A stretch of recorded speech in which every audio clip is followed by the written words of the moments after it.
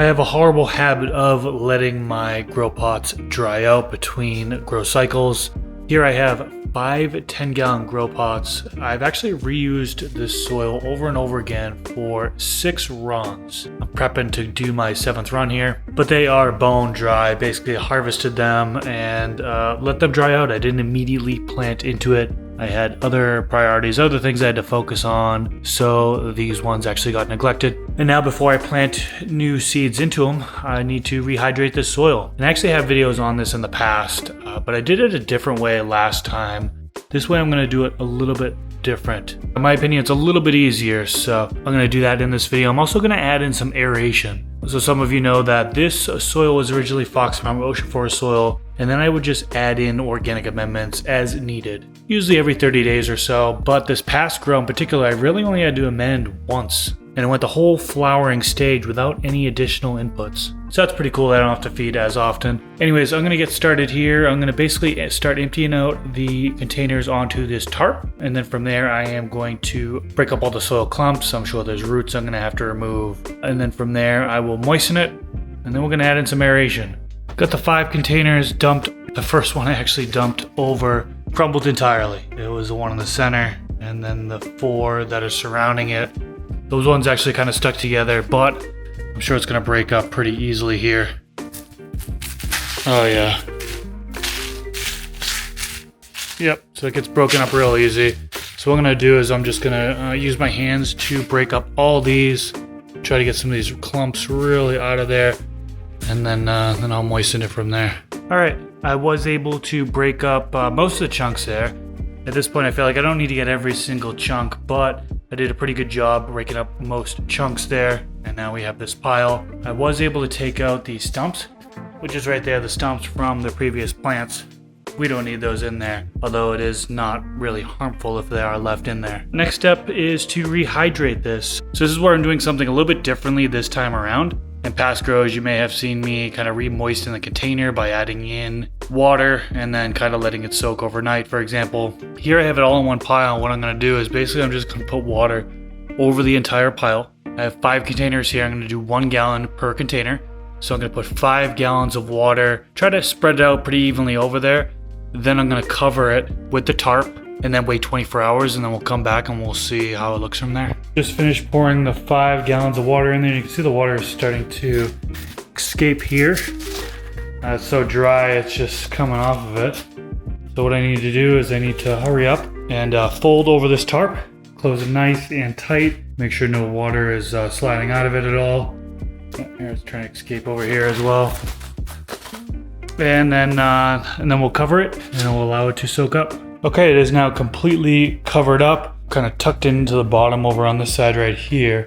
And now the goal is for that water to kind of evenly distribute throughout the soil. The last time I did this, I didn't film it. I just wanted to test it out to see if it would work, and it actually worked out really well. So fingers crossed that works good this time as well. And yeah, we'll give it some time, and we'll come back here in 24 hours and see what it looks like. All right, so it's been about 27 hours. Let's open this up and see what it looks like. Oh yeah. Not sure how well the camera can pick it up, but there's definitely some good moisture in here. Still some dryness in there, so I'm definitely gonna have to add some more water. Definitely on the right track here. So I'm gonna open up this whole tarp, and then I'm going to kind of mix it up a little bit with my hands, and then I'll add in some more water in order to try to get it a little bit more moistened. I put my EcoWhip moisture meter right in the center there just to see what it's going to show up as.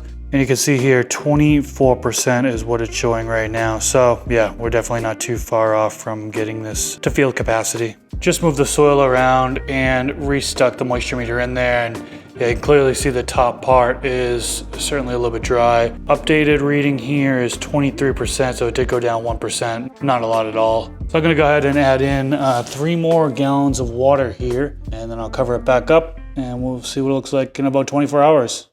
Warping over to my new 4x4 grow tent. I actually quickly mentioned this in my last video that I got this, the 4x4 Pro kit, which I'll link in the description section below. Vivosun is sponsoring this video, and they now hook up my viewers with a discount code. You can use code MrGrow15. That works on both Amazon as well as their website. So use that code to save some coin. Just to talk quickly about this, I'm pretty shocked about these zippers and how smooth things are.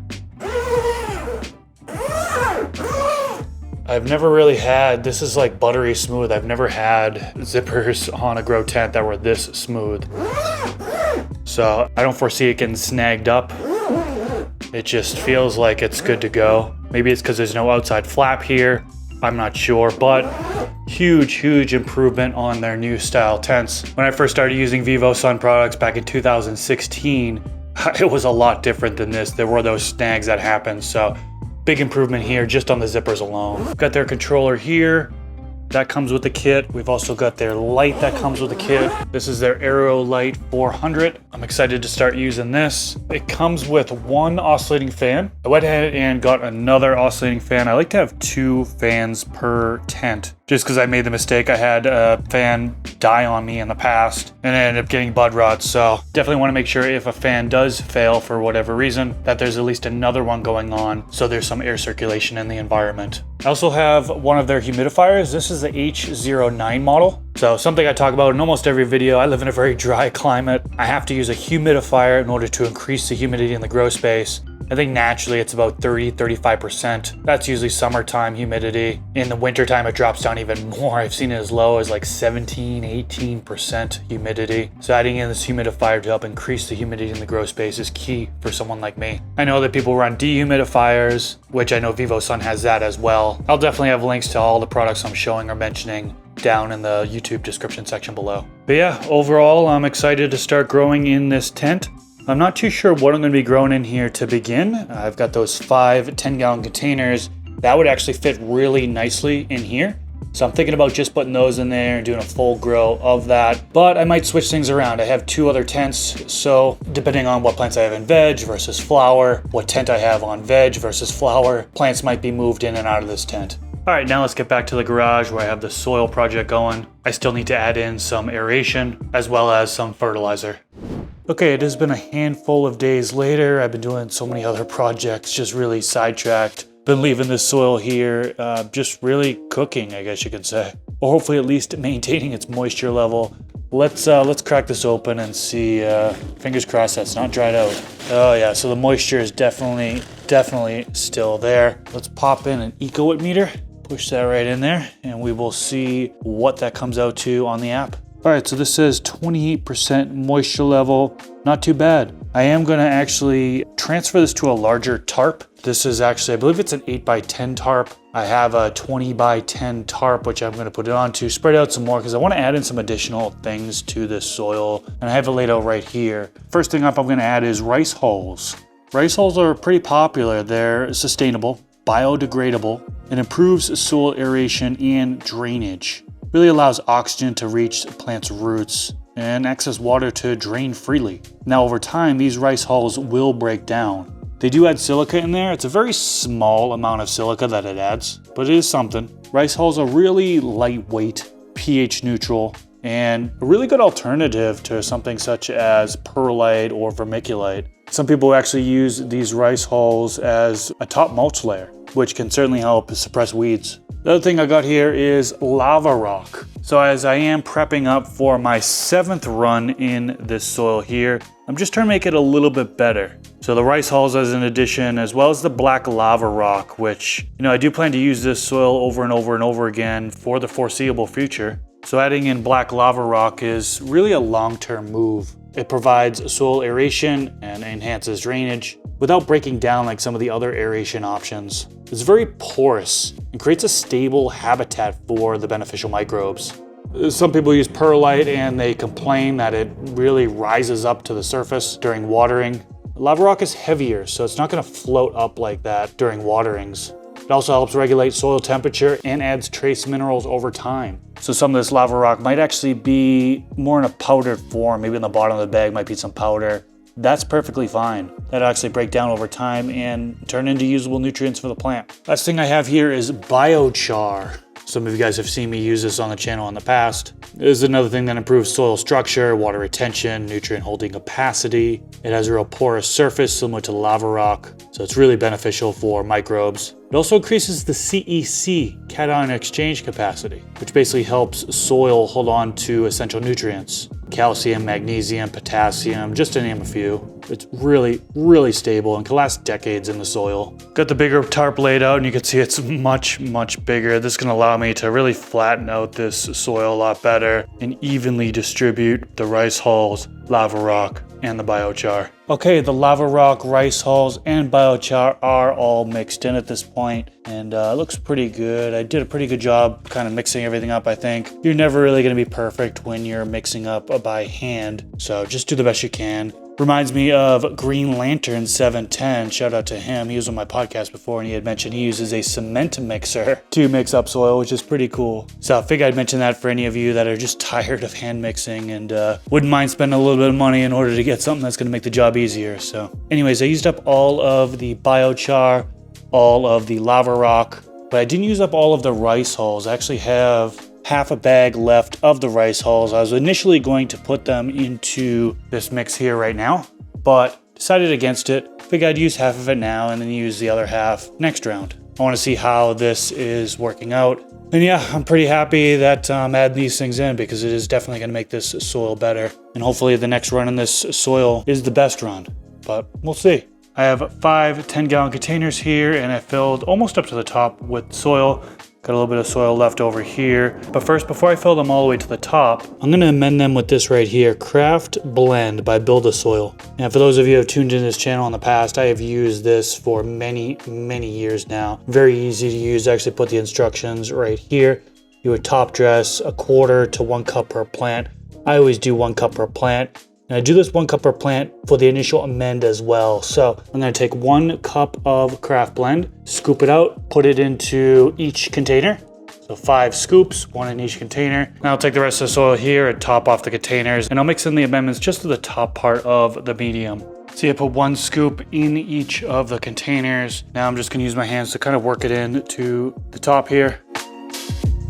Doesn't have to be perfect, but mixing it into this part. And then what we'll do is I will put some of this other soil on top as a top layer. Just to cover it, really. I think I have some more soil to probably fill it up a little bit more than this, but I'm going to do that to each of these containers here. Use up the rest of the soil, and then these will be good to go.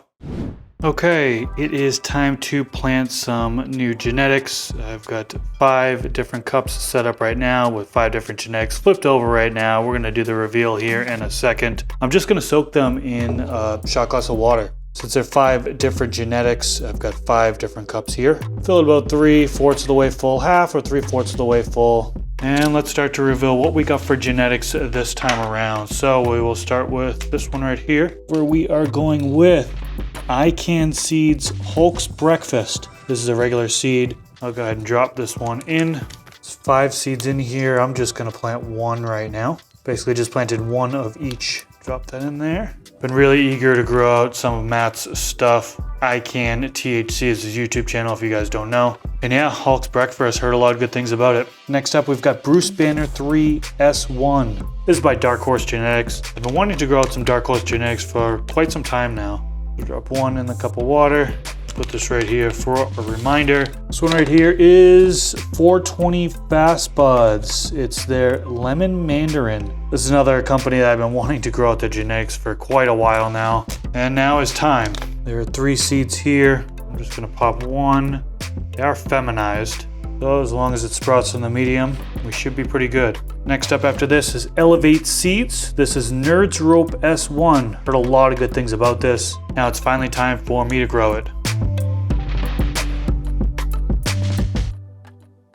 And last but not least, No Joke by Chad Westport. Actually smoked some of this at the DGC Cup.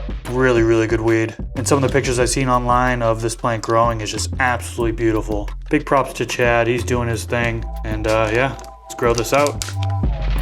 So excited to be growing out these genetics finally. Have you guys grown out any of these genetics? I'd love to know in the comment section below. How did they turn out for you? Any grow tips for them? Let me know in the comment section below.